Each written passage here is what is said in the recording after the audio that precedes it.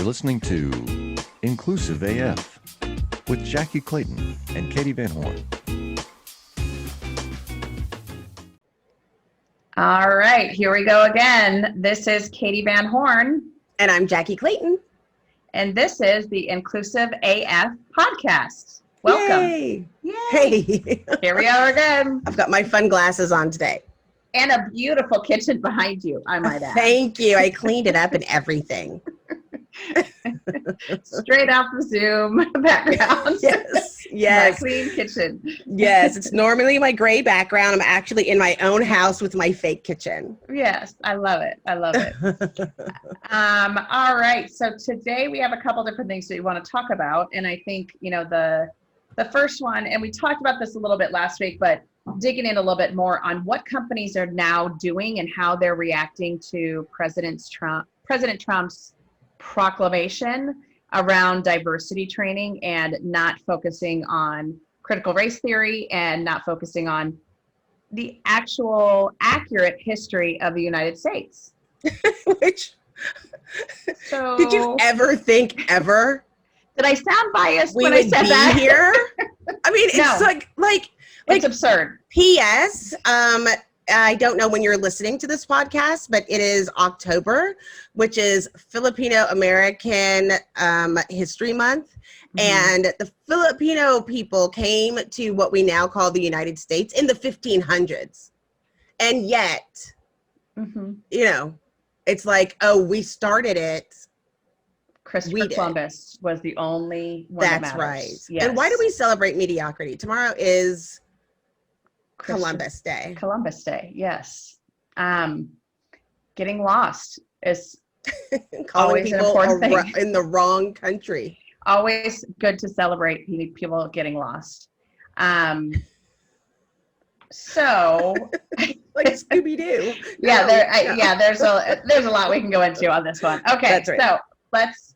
I think it would be good, and I would love to dig in. So I think some of the tech companies are definitely pushing back on this and are definitely questioning this because they're getting contacted by the Department of Labor and other entities within the government asking about their hiring practices and if they are discriminatory and things along those lines when companies are making commitments to hire more Black and brown people of color.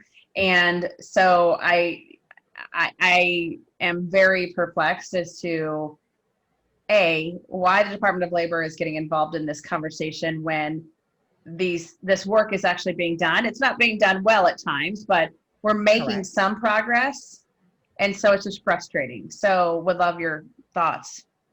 Well, I mean, there's a couple of different things that we have to look at. There is mandates that are already put in place. Like you were saying, it is, you can have goals and targets. That's lawful, right? Mm-hmm. You are able to do that. And I'm not a lawyer, but those things are lawful. And the thing that is perplexing to me is that if you look at like their own EEO-1 data, it'll say like 3% African American. Right.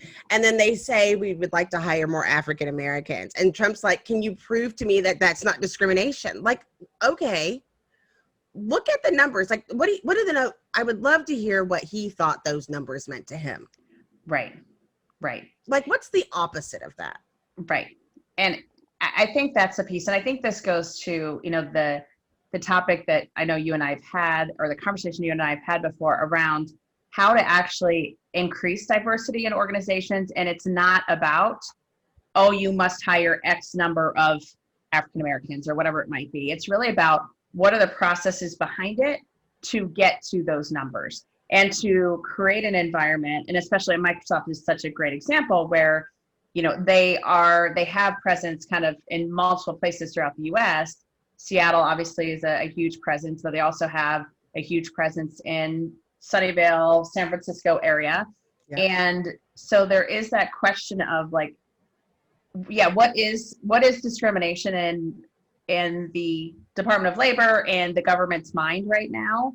And how are they actually considering this as a discriminatory practice to say, we're going to do our best to try to hire more people of color.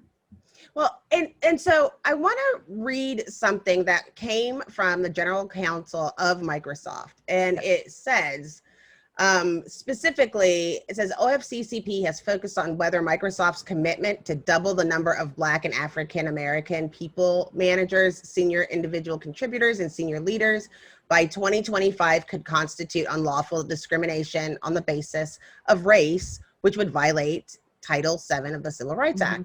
We have every confidence that Microsoft's diversity initiative complies fully with all U.S. employment laws. We look forward to providing the OFCCP with this information and, if necessary, defending our approach. And I think that's hilarious. Well, we'd love to show you. Right. And the fact that it is something that we're even having a discussion about and having to defend. But I will tell you, I think this is where the conversation comes up with folks around, are we lowering the bar by hiring people of color, or by, thinking about diversity in hiring? And that is one of the most frustrating and obnoxious things that I have to deal with. I mean, there's a lot of obnoxious things I have to deal with some leaders, but that is one of the biggies, where the insult of, why would you think that you have to lower the bar just because we're thinking about diversity in our hiring? That's right. That's just obnoxious too. And especially knowing that women of color specifically are so much more educated, have so much grander and expansive experience in so many ways. And yet the response is, we don't want to lower the bar. And so there is that, you need to defend what you're doing, because here's what I don't want to have happen. And it happened with some of the affirmative action work, is you did have people feeling like, I only got hired because I filled X and I checked a box. And I don't think any organization is trying to do that right now. Not that I know what Microsoft's plan is, but that is not what I would consider actually hiring for diversity. I think what they're doing, and what, I think every company is trying to do, is find candidates and find people to fill these roles that they have open that are more diverse, because we've been going to the same pool over and over again, which is very white, which is very male, especially in tech. And instead looking other places, because they're out there, it's just you have to find them. And I think this also goes to, when you think about the senior manager and the comments there from the, from the general counsel at Microsoft, it's also what are your promotion processes, or how do you decide on promotions? Because we know, you and I both dealt with this in our careers. It's the squeaky wheel. That's the person that gets a promotion. It's the person that, takes credit for things, whether they handle it or not. That's right. So, it is that challenge that I think a lot of people have of, how are we actually doing this to make sure it's not biased, to make sure it's not the squeaky wheel every time that gets the promotion? How are we thinking about our processes? And I think if you look at it, the thing that's different about them at Microsoft is that they're not just saying that they're making the hires, they're making the investment, starting all the way from elementary school and secondary education. They're looking at HBCUs. They're expanding it. They're putting offices in Charlotte, North Carolina, Atlanta, and Reston, Virginia, places that are economically disadvantaged, but also have a lot of African Americans that they can add into their talent pool. So they're doing it righter than anybody else that I've ever seen. Right. They're really making the investment. They said 2025. It's a long play, but they are taking it seriously. And I'm proud of them for what they said. And I know that it's going to be, I would be, well, maybe I shouldn't be shocked given everything else, but I would be shocked if this went somewhere into the Supreme Court. I think the impact would be absolutely devastating. But I also think it's really ridiculous to, if you can't see the benefit. And that's the other thing that's very interesting, is that we know that there is a financial impact in the positive from doing this, from having it. So that's the other question. What, you can't have it both ways. Right. They're literally talking about building jobs for whoever the president is. You'll get credit for it, Mr. President. we're going to create jobs. We're going to increase like the bottom line. So we're going to have more wealth in these groups. They're going to be more economically advantaged. So that means there's less, things going on within the government. It adds more money within those locations. And you're saying that that's a bad thing. Okay. But again, I don't think it has anything to do. I think, in my opinion, I think what President Trump is trying to do right now, right before the election, is double down on everything he can from a white supremacy. Yeah, absolutely. I think it is. He knows who his base is. He knows what their beliefs are.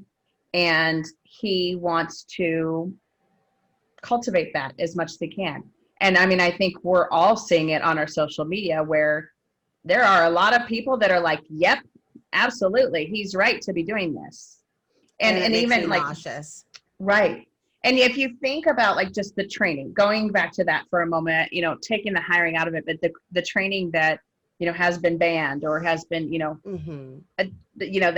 been told that they can't do this anymore. I don't mean to laugh because it's just so ridiculous, but I'm sorry. But it is one of those things where what you're basically saying is let's rewrite history. So the Eurocentric, Euro-dominant, white-dominant male looks okay in this narrative. So you're rewriting history. We've already, whitewashed history so much to make it like the people we put on the slave ships, it's fine. That's fine. And it is history. Like there's like proof. Like you can't just like rewrite history. You can't. Yeah. I mean, what are you trying to say?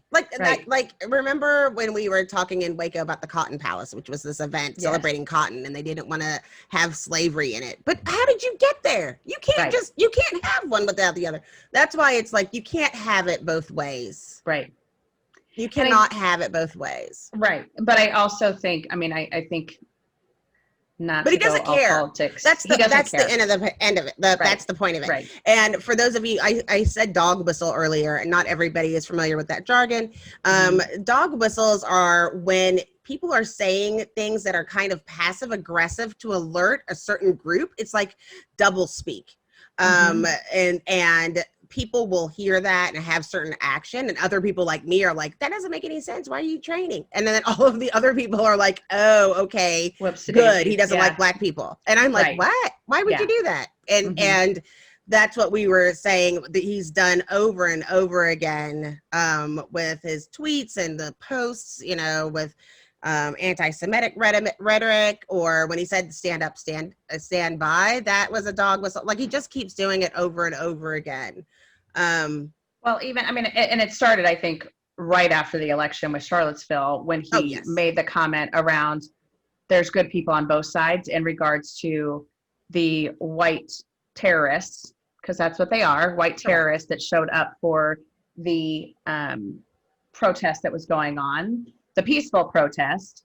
And, the woman was killed by a car running through the crowd.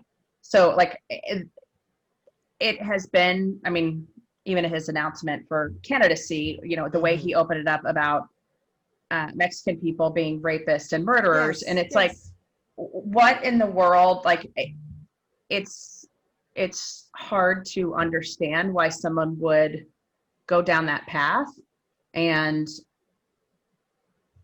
I just don't understand it. I don't understand the logic, but I also, I don't understand much of what he does. I just don't know why you would want to be president that freaking bad. Amen. I think now it's an ego piece. There's nothing else to it other than ego. I think that was it from the get-go, though, too. Sure. But I also think the part, and I want to shift over to the VP debate from this past week, because that's also a topic I want to talk about. But I think it's so absolutely spot on that right now, he's looking at his financial interest, and he has from the get-go of, making sure that things are being held at his golf courses, or suggesting that they are held at his golf courses, making sure that dignitaries and whatnot stay at his hotels. Every deal he's made, and there's stuff that we know, and I will say one of the best comments I heard from Kamala this past week was around he owes 700 million, I think it was. I don't remember right. the exact figure. Who does he owe that to? That's right. And what does that actually do to someone from what decisions are you making as the president of the United States? That's How right. does that impact your decisions? And that's just scary to think about. And I think that's what a lot of people are going, what in the world? Because you're not supposed to be able to be president if you have that certain amount of debt, because you're able to do it in your favor. Right. I mean, that's like and it's even if you have that debt, it is who are you beholden to right. now? Who owns you? Right. Because I think, I mean, yeah, like have debt, whatevs. It is what it is. Like that's fine. But it's who do you owe that to? What are your interests and what decisions are being impacted because of those interests? And we all know damn well that Donald Trump is about Donald Trump. That's right. The end. Period. So I just mentioned it. VP debate. Uh, What are your thoughts? So one of the things that I thought was very funny and telling was that the press really does respect Kamala Harris, because there were so many meme moments that could have happened the next day that didn't. Right. I was glad. I was completely triggered, and it just reminded me of every time I was in a meeting and spoken over and dismissed. I thought she did a good job of holding herself together. My favorite moment was when she said, "Don't try to tell me about this." But then it made me think of my mom when I told her she couldn't tell me what to do. Like it just felt like that. Once again, the moderation was just piss poor. And that's part of the other reason why it was triggering, because he was doing it to Kamala and he was doing it to Susan, who I forget her last name. And like, seriously, on the one side, I was like, oh, let me be a moderator. On the other side, I was like, if I was moderator, I would have walked off the stage. Right. Well, the complete disrespect. Correct.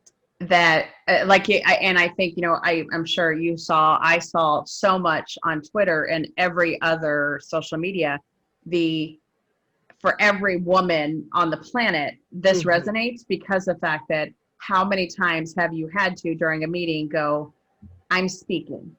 That's right. Let me finish my thought. Let me finish what I'm saying. And how many times have you been talked over when it is, hey, you know what? It's not your turn anymore. Let's move on to what we're talking about. Well, no. I have to finish something. I need to finish what I'm saying. Yeah. Can you answer this question? And he says, no, I'm not going to answer that question. I'm going to talk about what I want to talk about. That's when we would be scrapping and why I'm not running for vice president.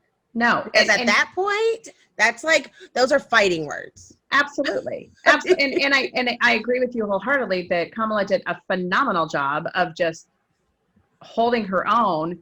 And I think the part that is so frustrating to me, like as I listened and read everything after, and all of the different stories that were coming out, and especially Black women saying, God, this is so familiar, and how she had to literally balance every word that she said and measure every way that she responded, every way that she reacted, to make sure that she still had a smile on her face and everything's great. But at the same time, didn't turn into an angry Black woman, even though she was well within her right and should have been angry because of the way that she was being treated and disrespected in that moment. But I did love that she did call him out a few times to say, like, I'm the only one on this stage who actually has been in these roles, so you don't get to tell me what this is like or what we should be doing about this when you're talking about law and order. And I know, like, obviously the presidential debate, I don't think anyone won. I think that was just a mess of messes. And I'm actually, like, I think kind of everyone in the US feels like, I'm kind of glad that this second one has been canceled, because it's like, no one wants to see this. Right.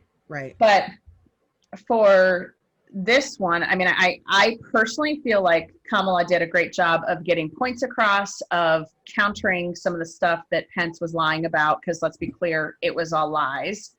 But I also felt like The Fly did a really good job of If it wasn't for that reinforcing. fly, there would have been riots.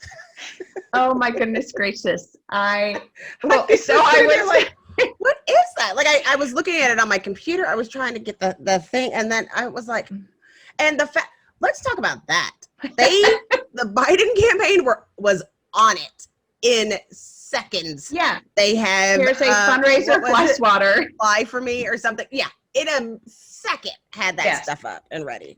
But I also would say, like, so I was talking to my brother about it yesterday, and he was like, I just don't understand why they didn't like say something, like the moderator or someone. I'm like, well, the moderator probably didn't see it because she's not seeing it on camera, you know, in the what digital TV that we now. I'm sorry, your fly's down. I don't think. Right. No. But it was also like, it went on for such a long time that it also was like, well, why didn't someone from back behind the camera say something? And I was like, again, what are they supposed to do? Interrupt the debate to be like, oh, hey, there's a fly on here. And clearly very gelled, very hairspray hair. Ironically, the fly was on his head for 2 minutes, which is the same amount of time that he was supposed to use. So, which tells you 2 minutes is long enough time. Right. It's a really long time. It seemed like an eternity. Yeah. And it was funny. I was dying. That made me laugh. But but there were some moments that did not get addressed and did not get answered. Mm-hmm. And I think I would like a moderator to hold people to that. I know that they have a list of questions, but on both sides of letting people off, just easy. And so we can't make good decisions if we don't have all of the information.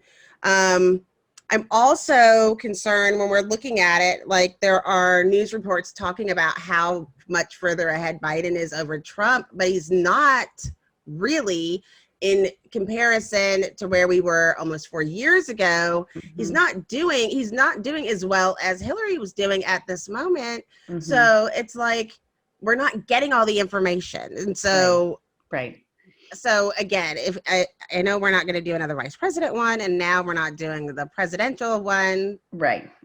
But I also from those two debates, I don't think anyone's minds were changed. No. If anything, it just caused more confusion and more frustration for people that I would say are undecided, although I'd be shocked if there's truly anyone that's undecided at this point.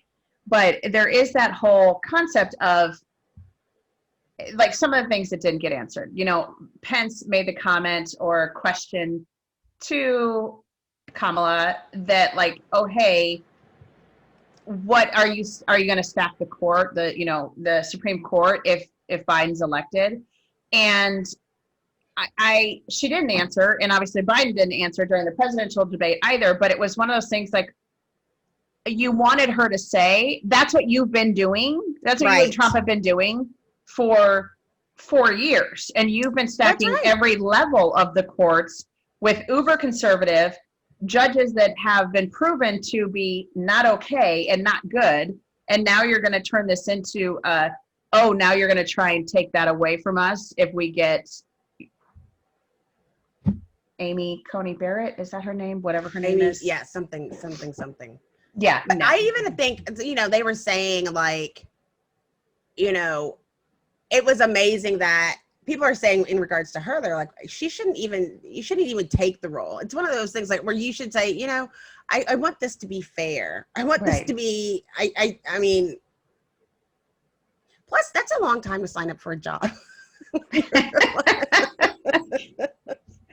4 years could turn into 8.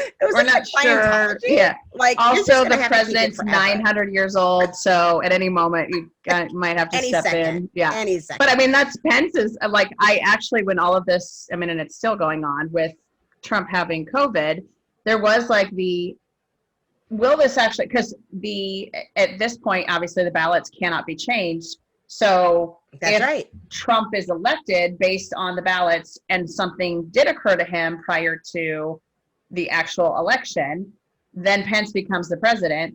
And I kind of was sitting back going, are there conservatives that are going, actually, yeah, that might be better, because Trump is so all over the map right now that it's just hard to figure out what he might say or do. and what direction he might go in. I mean, and this week was a great example of what in the world is going on when you have him say, yeah, we're not doing anything, any sort of stimulus relief. We're not doing any of that. Oh, wait, maybe we will. Oh, wait, here's my proposal. Oh, wait, no, it's all the Democrats' fault. And it's like, can you all just sit in a room and figure this out? Do y'all talk to each other? I mean, right. But the thing you brought up, how, yes, Kamala didn't answer the question about stacking the courts. And this is kind of a new thing. Like, I don't even know if they've had the conversation. She's asked him if they're going to protect and get rid of pre-existing conditions because of everything going on. They should have the answer to that, though. Right. They've been trying to they haven't come up with anything better than the Affordable Care Act. No. They have utilized. Wait, what are you talking about, Jackye? They have a plan. Girl, if I could jump through this screen. And so the thing is, this just came up in the last month. You're talking about something you've been talking about for almost 4 years. Mm-hmm. And they don't have an answer for that. Right. That's just. Well, they don't have an answer on quite a few things. I mean, immigration, they have no idea and no plan. And what's happening right now, let's be very clear, is not working and is not okay. No, it is not okay. They have no plan on healthcare. They have no plan on how we're going to figure out the economy right now with everything going on with COVID, where if we don't see some money infused into the states right now, it's not good. It's not good at all. I love you. Katie says, it's not good. It's not okay. It's not going to end well, folks. And you brought this up. We started with Microsoft. We went to the VP, which brings us to, why are we having this conversation? We're talking about inclusive AF. Because why are we having this? I don't know. I think we're just triggered. But the thing is that it's getting ugly and it's getting uncomfortable. It's so hard when we talk about, like, you and I are very big about it being inclusionary, trying to get people to bring people together. And how do you bring people together at work when the narrative is, on the one side, you must be a racist. Right. Period. Right. Like, that's the only thing that people say. Right. Or on the other side, I don't know what people say about it. Just like leftists, Antifa, I don't know what people say. Right. But you have this argument, like, you have to work together as a group. It's beyond, like, I mean, it was always there, but not so explicit. And like 4 years ago, it was just, can we all get along? And this year it's like, no, we can't. Not without these things happening. Right. And you can't, if you're being inclusive, you want to have all of those ideas and opinions there. Right. So how do you, especially if somebody is in a position of power that you know that you are in direct conflict, because the days of, don't talk about politics at work. Yeah, that's over. Are over. Yeah, but it's also don't talk about politics at work. And oh, by the way, we're in one of the most emotional, sensitive, chaotic points in our history. You could get fired because we don't have any stimulus and we're in the middle of a pandemic. Right. But don't talk about that. But don't talk about it. And I think that is the part that is, this is where I struggle at times, because part of my conversation is we have to be inclusive of everybody. That's right. Even folks who are conservative, even folks who maybe aren't there and aren't at the same place on the journey of diversity. And not that is like, oh, it's okay and they don't have to learn, but we have to bring people along from where they're starting. And I always, count it as a win when we can move people further down the path. That doesn't mean we're absolutely changing their minds and their entire belief system. But if we can change their behaviors at work, that's a win. That's right. And I think that's part of it too, is that, and you and I talk about this, bring your authentic self to work within a professional way. Unless we don't agree with your beliefs. And so, there is that work. Yeah. Like, okay. And that's, it's the whole, like, okay, if I'm supposed to bring my authentic self to work and I'm a white supremacist, then what? Then what do you do? Or whatever. I think what's important is what people need to do within their own organizations is make sure that they are very clear on their mission, on their values, on their goals, and on their culture. They have to be very explicit and very particular and give people an out and say, listen, if you don't want things to be inclusive and you hate everybody and you are nasty, this just isn't the place. There's plenty of places where you can go, but it's the same thing where this is what's required of this job. And these are what our core values are. That's why they tell you your core values, so that you don't have to work there if you don't want to. Right. You get to you decide. have a choice. But if you're going to work here, it's like, but me and my house, this is the way we're rolling here. Absolutely. So if you want to stay here, this is what we expect for you. That's normal. Yes. That's very normal. And so it's right. I think that you have to be very clear. And for the organizations that don't want to do it, that's their message is clear. Right. Right. Absolutely.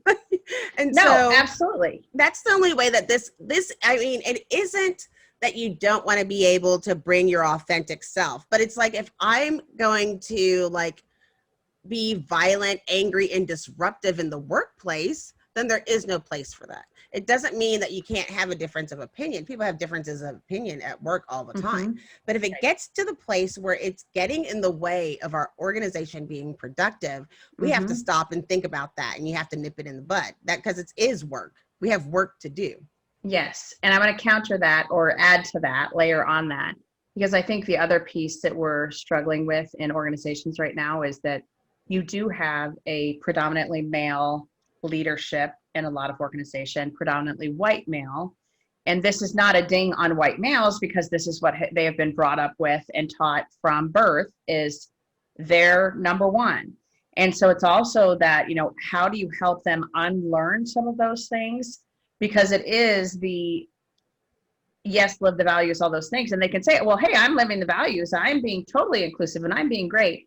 But if you also aren't thinking about the fact that you have those biases inside your brain, and you have the systems and tools and processes that keep marginalized groups out of certain rooms, out of certain roles, out of certain things. And I mean, the greatest example that I can say just off the top of my head is, in tech, for so many women, you get to a certain level of an engineer and then they start pushing you to product owner or program manager. That's right. And away from writing code. That's right. And there is this implicit bias of, oh, well, that's what, the women should be organizing and keeping us on track and keeping our project on a timely basis and all these things. And we'll be back here writing code, behind closed doors in a quiet, dark room. So I think that that's the other piece. And I'm thinking about a specific leader right now where he doesn't even know, in having these conversations, he's still going, oh yeah, that's other people are doing that. Oh yes, other people. And you're like, well, but you're leading the team and you're the number one for this organization. Right. So you're the one, and you are actually someone that needs to step back from your own beliefs and start questioning what you know to be true. And that's the other part that when you bring it up, because for those organizations where they are making a statement and they are doing things, you still have to make sure that you have things in line. You still have to have the baseline. You can't just say it. I recently had a career change, and during that process was asked if I wanted to consider a chief diversity officer role. And in order to get into that role, they asked for me to write in response to where their key values were, how I was going to implement those things. And I was like, okay, this is a whole problem. Sorry. Number one, I'm not giving you my work. I charge for that. Right. Number two, you need to have a conversation with me. Right. They reached out to me again last week to ask if I would reconsider having a conversation. And I was like, no. Because you showed me your cards when you didn't want to first have a conversation with me to be able to do this, which means, yeah, it's not good. It's not good. But I also think I'm gonna pull up a visual, and I'm sure you have seen this before, but it's one that I recently have been kind of digging in on, and this is one that I think people. Can you see this? Okay. Can you make it a little bigger? I don't know. Even though I do have my fashion glasses on, which means you would think I would be able to make it okay or make it bigger. Ugh. Yeah, go up to the little green. Know. Go right up there. Where? To the little green thing right there. Right where? On the maybe it's me. On the left. Oh my goodness. You're like, no. I'm gonna stop this. Hold on one second. Because I need to find a bigger one. So I don't know if you saw what that was, but it's the pyramid of covert and the covert racism, and how people think about white supremacy, think about oh well, my actions aren't being overt, and so therefore it's okay.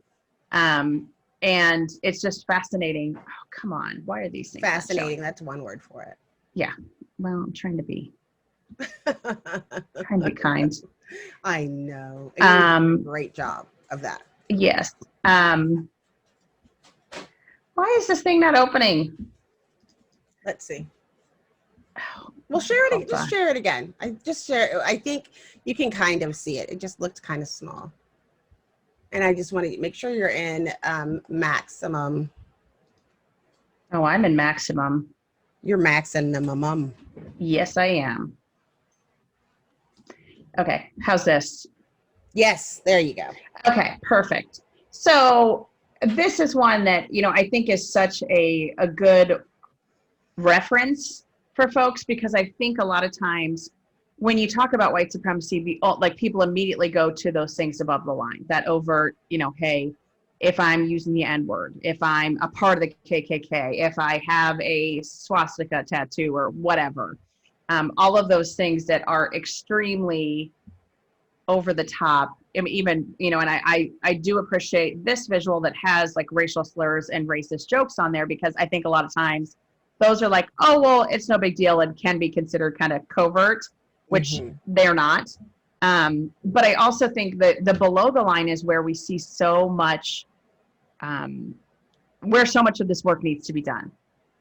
And, and you just mentioned one here, expecting the people of color to teach white people. So give me your entire learning on how we should be thinking about D&I. Right. And then we'll decide if we want to hire you as an employee, not to pay you for that, but just because we want you to do that work for free for us. Is that cool? And like all of these things are just interesting to kind of think through. And what I've said to people as I've showed them this is go and look up what all of these things mean. If you don't know what it means, if you don't know, why would this be an issue? Because I think one of them, is the what about me-isms, all of those things, because it is paternalism. I just looked up for the first time. It's the policy or practice on the part of people in positions of authority of restricting the freedom and responsibilities of those subordinate to them in the subordinate's supposed best interest. Yep. Girl. I'm going to take, and let me be clear. That one actually makes me think of white women that, are in that space of, I listen to my husband regardless, and he's the one and he knows all the things. Ladies, he doesn't. FYI. In case there are questions. Not true. This is not an accurate position. Sure not. But I think that's a great example of, how Trump even got in office is you had these women that were, Christian women listening to their husbands who said he's the one, and not thinking of their own interests, but being told by their husbands, he'll take care of you. Well, is he really taking care of women? No. And so all of these, I think, are just again, I don't want to go through every single one of them, but I just think this is a great visual for folks. Go look these things up. Yes. Go, dig in on them because it's such an interesting thing. And even, some of these topics, it's the whole concept of, there's two sides to a coin, but these issues, a lot of times it isn't a two-side thing. There are lots of different ways of thinking about it. There's lots of different ways of understanding it, like anti-immigration policies and practices. Like that's a great example because there is a right answer, but to get there, what do we have to do? And how do we have to think about some of these things? And where do we, there's so much to it and it's so multifaceted that's just another great example where you need to dig in, you need to form your own opinion, you need to actually do the research. And so part of this for me is also you can't just listen to one news article or, one news program and think that you know all of the things. And even too, you actually have to dig and then put it through Snopes and then go ask a friend. And then you have to do 17 different things to actually go, is this accurate information? At least 2 sources. And let's be clear. You're either going to jump on board and get this stuff, or it's just going to happen to you, right? Right. You're either going to work with this at some point. You're not going to have a choice. People who are because we already know that people that right now are underrepresented, there's several groups that are becoming more representative of that. And especially when we're looking about people that are brown and Black people, we already know this. It's just going to be there. And I don't think, and I think the struggle is, and we kind of talked about this, is that we know that there's a system, it's systemic. Oh, we didn't even talk about that when we talked about Pence that said he doesn't believe that there's systemic racism. How did we just gloss over that? I don't know. You're right. No, yes. What? Anyway. Actually, I want to reserve that for the next podcast because I think that can take a whole lot of time. Yeah. So let's dig in there. But sorry. But in regards to data, and you mentioned this earlier, from the poll, perspective, we had so many polls leading up to the 2016 election that said Hillary's got this in the bag and everything's fine and don't you worry. Yes. And then so many people on election night were like, "What just happened?" Yes. Because the data said the exact opposite, and people didn't vote, and that's what I'm worried about. It's like CNN, shut up.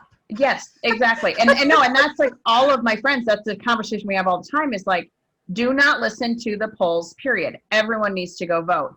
But I did see a number yesterday, the day before, that 1.2 million people have already turned in ballots or voted. Yes. And I'm like, oh my goodness, as opposed to 400,000 at the same time in 2016. Yes. How awesome is that? And here's the thing, this is going to not sound great, but I don't even care who you voted for. I'm just happy you voted. I'm happy that you're getting involved. Yes. And I think we do have all of the things that I could say about President Trump that I am not a fan of. I will say he is sure getting people physically, he's really getting people very involved in politics and what's going on in their world. So there's. Yes. Have you ever seen Get Me Roger Stone, the documentary? Go on Netflix and watch it as soon as we're done. Okay. Because Roger Stone, he was there for Trump and did some of those things. And one of the things that he says is that hate is a greater motivator than love. And that's why we're seeing some of those things. Yeah. Which makes total sense because so many people, it was, I don't care who it is, I just don't want it to be Hillary. That's right. The emails, Jackie, the emails. Girl. And that's the other thing they were saying. They were like, yeah, but at this point, we didn't hear about the emails or whatever. I mean, I just can't. Well, and you did hear Trump saying this past week, oh, well, Biden should be in jail along with Obama and Hillary. And you're like, please get a new record because this one's old. Done. Play a different. He said, if all of his advisors weren't in jail, he would have a better idea on what to say. Exactly. This is very true. Or down with COVID. I learned something this weekend. I watched What did you learn? You. Okay. On Netflix. It's a reality TV show about these young 20-somethings. And they were saying they knew if you were a Trump supporter or not because they came up with a word. So if you supported Donald Trump, you spell out Trump. And for those people who don't like Donald Trump, this is the sign for Trump because of his hair and the toupee. Oh, And they were like, the goodness deaf gracious. community gave him his deaf name. He should be glad. Dead. I wish everybody was like that. It would be so Right. much easier to know. Right. Here you You go. know? Here's the answer. If you called him this, then you were just, Oh, my word. oh, I just don't see, I don't know where we're going. I don't know where this is going to land. And I hope that, and I'm not kidding. I know that it's going to be difficult for people to make some of these choices, but I think that if you are going to be supportive and you are going to be part of trying to be inclusive AF, that you make that known sooner than later, because I think what's going to happen as we'll see is that, because we're already starting to see it happen. You're going to, like, whatever we talked last time about Wells Fargo, you're going to lose those people. And you're going to send them to other people that will have that competitive advantage. And with cancel culture, you'll be done. Right. So Absolutely. either, if you want to be, like problematic and you don't want to have an inclusive environment, fine, let it be known. But if you do, let it be known and start working on it before it's too late. For sure. So what is your 1 or 2 or 17 things that you want folks to take away from this? Or 17. Not 17 really. From this episode, what is the one thing? So you said go watch the Roger Stone. Yes, go get me Roger Stone. Okay. Go get me Roger Stone is what it's called. Yeah, Get Me Roger Stone, I think. Get Me Roger Stone. It's on Netflix. Okay. The other thing I want you to do is learn the laws and don't let this push from Trump to go to organizations make you afraid of implementing diversity training in your own organizations. Yes. Because again, what he's saying is not going to hold up, but he's trying to scare people. You need to understand what the laws are. And the difference between all of the different things, or at least make sure that your HR department or the people that should really, really know are doing those things and ask them for their information. Yes. I would also say to continue doing your research and learning about marginalized groups. That's 3. You're at 3. That's it. And I would like to tell you that I did not know these glasses were this big when I ordered them, but I would like to say the most fabulous glasses, and I made you put them on. I'm going to go ahead and admit that you had other glasses on, and I asked you to switch out to these ones because I love them so much. So my one thing that I'm going to ask folks to do, see how good I am, just fun. Good. That visual. So if you Google covert versus overt white supremacy, there's 20 different versions, if not more, of that visual. Go look at 1 or 2 of them and just pick out the words that you don't understand or that you don't know. Yep. If you don't know what redlining is, if you don't know what the white savior complex is, if you don't know whatever, look that up and start to learn more, because that's how you actually will grow and understand. And I mean, I think that is critical right now, is for us to educate ourselves and then go have a discussion about it with a friend, whoever that friend may be. Go talk about it with someone else and teach them as well, so that we can keep educating folks. So that's all for this episode. Thank you for joining us. Yes. Thank you for joining us. And we'll talk to you next week for the next episode of the Inclusive AF podcast. Bye. Deuces.